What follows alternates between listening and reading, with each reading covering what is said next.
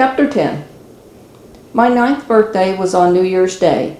Daddy let me pick my restaurant of choice since I didn't want any gifts. I noticed about a month later that my dad and Bob didn't talk much anymore, and we had stopped visiting them. Daddy rarely held me on his lap anymore either. I realized that I no longer had anyone who cared about me. I wondered if this was how Stupid Boy had felt. Daddy was out doing farm chores when that realization dawned on me. I went to my room and got out a suitcase and started packing. I figured it was only right to say goodbye first. I was waiting in the kitchen when he came in the house a while later. He looked at my suitcase and then at me. "Are you going somewhere?" "I'm going back to the orphanage so you can be happy again, Daddy, and so Bob will talk to you again," I told him matter-of-factly. "It's obvious that I don't belong here and I'm tired faking it." "Why do you think that?" he asked as he sat down beside me.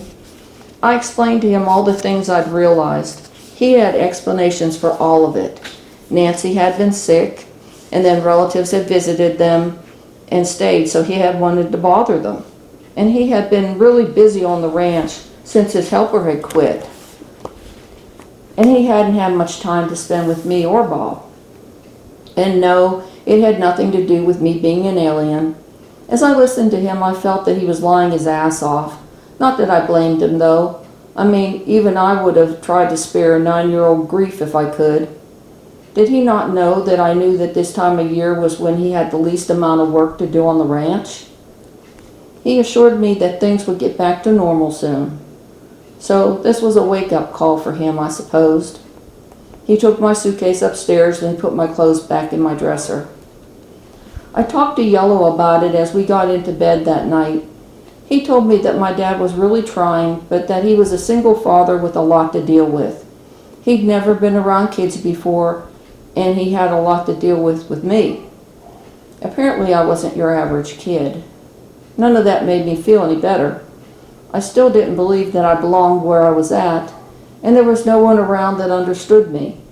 I did my chores without complaint or enthusiasm, and I didn't give a lick about school. I attended and I still fought if I had to, but mainly I was a robot. Within a month, my dad had me seeing a counselor because I didn't feel like eating anymore. She told me that I had to eat to stay alive. I was aware of that, but really, what was the point? When she asked me about the aliens or Speed Racer, I explained that I had just been a dumb little kid, and since there was no one else around to keep me company, I'd made them up. I guess I talked with her about 5 times. By then my dad knew that I was failing every subject in school and that I wasn't telling the counselor anything. "What's wrong?" he asked me one night. "I told you, Daddy, I don't belong here. I know you think that counselor would help me, but she can't. I don't have any friends since Stupid Boy left, but there sure are enough kids that want to fight with me, and it sucks that you and Bob and Nancy are all scared of me. I wouldn't hurt any of you. The things that have happened scare you, just baffle me. I don't understand them any more than you do, but I'm not scared. It's just shit that happens, and then I go on with my life. I've told the aliens to leave me alone, but they keep telling me that I have a mission, and they're here to help me. So can I just go back to the orphanage? They'll follow me back to Ohio then. They don't really like Ohio, but they'll follow me. I wondered how long I'd have to wait at the airport. I wondered how to get back to the orphanage after I got off the plane. But even without those answers, I was ready to go. I sighed as I realized that I'd upset my dad again. I felt his energy zinging around with intense emotion. That was the thing about humans. They had so much emotion at times. "Come here," he said to me. I reluctantly walked closer and he pulled me onto his lap. "I'm sorry that you're having such a tough time here. I never meant it to be that way for you. Will you give me another chance?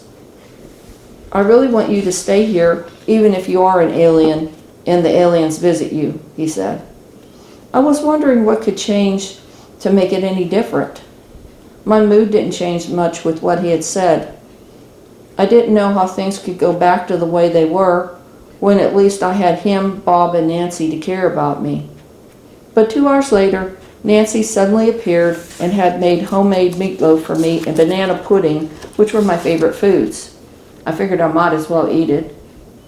Everyone had made such a fuss that my clothes were too big for me now and that I was too skinny. Yeah, well, I didn't know what to do about that. It wasn't that I was purposely not eating, it just seemed like I just didn't eat food anymore. I was really angry about my life the next day.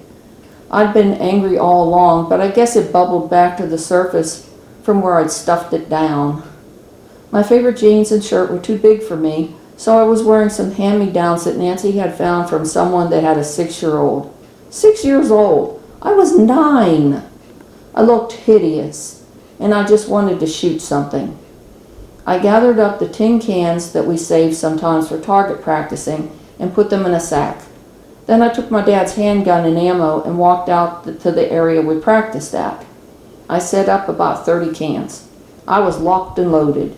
The gun was a 6-shooter. Bang! I'd missed the can. Bang! Bang!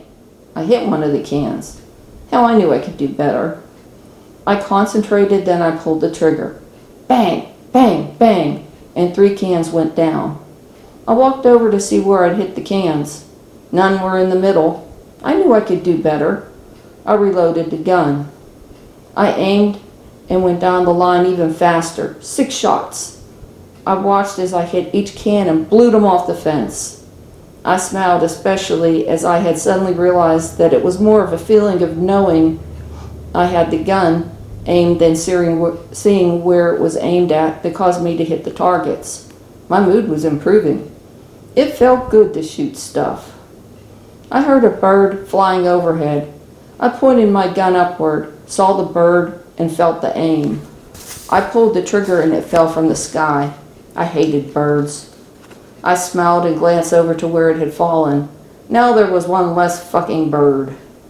I set the cans back up and shot them down again. Suddenly my dad was right there. "What are you doing?" He was yelling at me. "Just shooting tin cans," I replied in confusion as I nodded towards the tin cans lying on the ground. He had taught me, so why was he asking me that question? He took the gun off of me and proceeded to lecture me. Apparently the only time I was supposed to shoot a gun is if he were right there with me. I heard him talking on the phone to someone later that night. "I'm afraid my 9-year-old is going to kill someone. She's angry at the world and she knows how to use a gun. You should have seen her. She was shooting those cans without hardly thinking about it. Bam, bam, bam, just like Jesse James. Yeah, I swear to God, she didn't even aim, just bam, bam, bam. She's a damn good shot."